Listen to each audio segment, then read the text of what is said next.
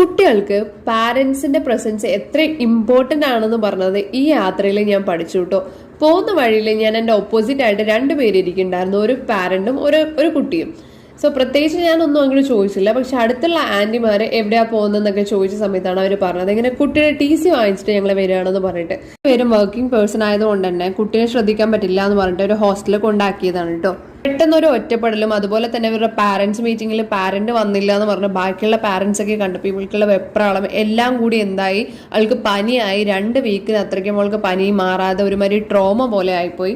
ഞാൻ അവരുടെ അമ്മയടുത്ത് കുറെ സംസാരിച്ചു. വാവടുത്തല്ല, അമ്മയടുത്തായിരുന്നു ഞാൻ ഫുള്ളും സംസാരിച്ചുകൊണ്ടിരുന്നത്. ബിക്കോസ് നമ്മളെല്ലാവരും ഇതുപോലെ ഒരു സിറ്റുവേഷൻ ഗോ ത്രൂ ചെയ്തിട്ടുണ്ടാവില്ലേ. അമ്മയും അച്ഛനും വർക്ക് പോകുന്ന ആൾക്കാരാണെങ്കിൽ പോലും നമ്മളെ വീട്ടിലൊറ്റയ്ക്ക്, സ്കൂളിലൊറ്റയ്ക്ക്, പാരന്റ്സ് മീറ്റിംഗിൽ അമ്മയില്ല, അങ്ങനത്തെ കുറേ സിറ്റുവേഷൻസ്.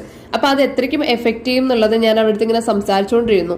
വാവയെ നോക്കി സ്മൈൽ അല്ലാതെ വേറെ ഒന്നും ഞാൻ ചെയ്തിട്ടില്ല കേട്ടോ. പക്ഷെ അവൾ ഇറങ്ങണ സമയത്ത് എൻ്റെ അടുത്ത് വന്ന് എനിക്കൊരു ഹഗ്ഗും എനിക്കൊരു ഉമ്മയും തന്നിട്ട് പോയി. എനിക്ക് അറിയത്തില്ല എന്തിനാന്ന്, പക്ഷെ എനിക്ക് കണ്ണ് കലങ്ങി നിന്നൊരു സിറ്റുവേഷൻ ആയിരുന്നു. എനിക്ക് അവള് പറയാൻ ആഗ്രഹിച്ച് ഞാൻ പറഞ്ഞത് കൊണ്ടാണോ എന്ന് പോലും ഞാൻ ചിന്തിച്ചു പോയി. അത്രയ്ക്കും സങ്കടമായിട്ടുള്ള ഒരു സിറ്റുവേഷൻ ആയിരുന്നു.